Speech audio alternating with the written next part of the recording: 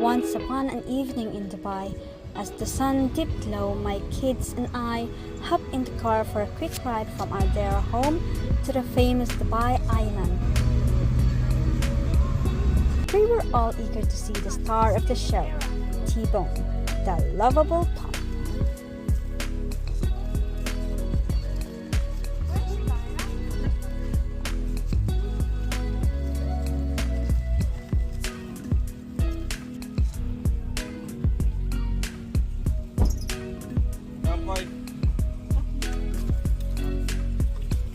When we arrived, the scene was something like out of a dream. White sand stretched out in front of us, surrounded by trees and green grass that swayed gently in the breeze. The sound of the waves and the birds overhead created a calming melody for our day of relaxation. And as we strolled along the beach, we noticed the watchful eyes of security personnel and vigilant lifeguards stationed along the shore. They were there to ensure everyone had a safe and enjoyable time. Signboards were strategically placed throughout the dog-friendly beach, offering important guidelines for the public's safety.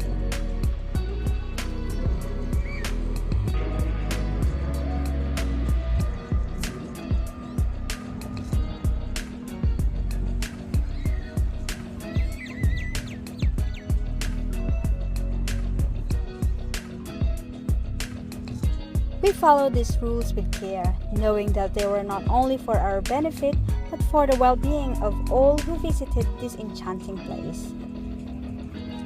It was heartening to see everyone taking these instructions seriously, creating an atmosphere of harmony and respect.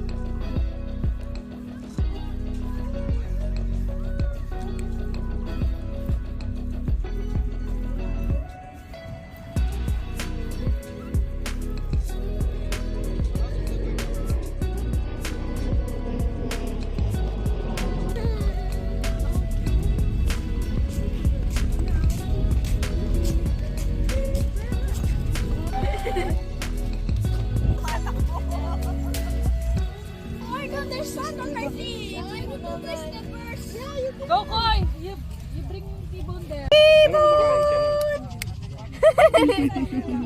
He's so cute!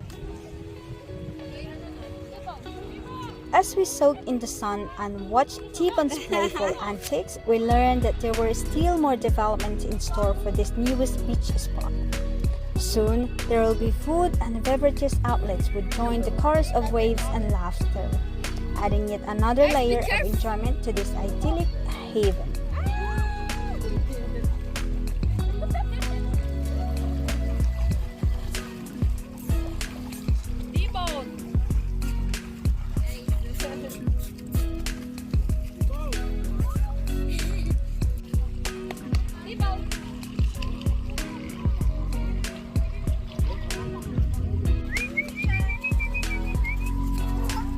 Coco is coming!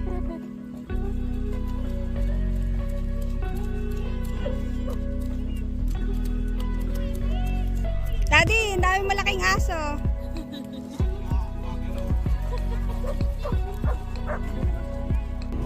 Fuck you! Tbone! Tbone! Magsasara?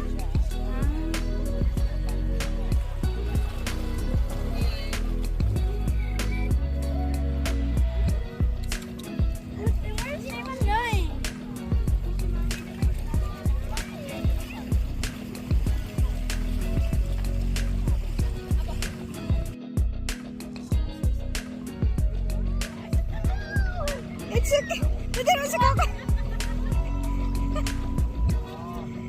It's okay.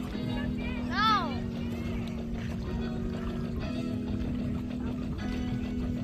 He wants to play with you, Kokoy. He wants to play with you.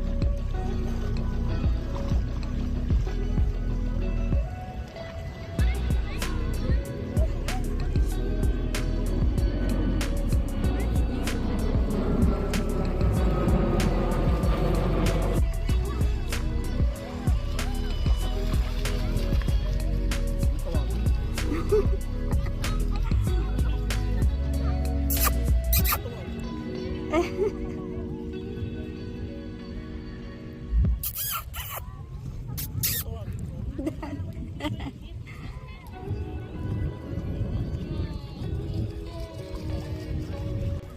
was he doing? Peeing.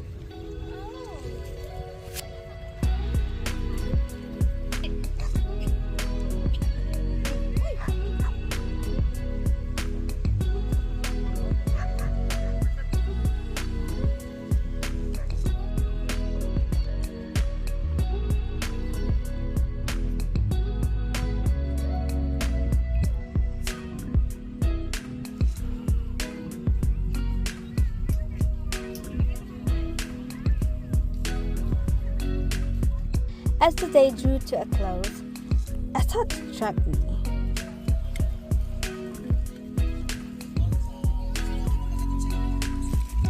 Shiba. And if you've fallen in love with this beach as we did, please make sure to like and subscribe. Leave a comment below and let us know where you're watching from. Until then, see you in my next vlog.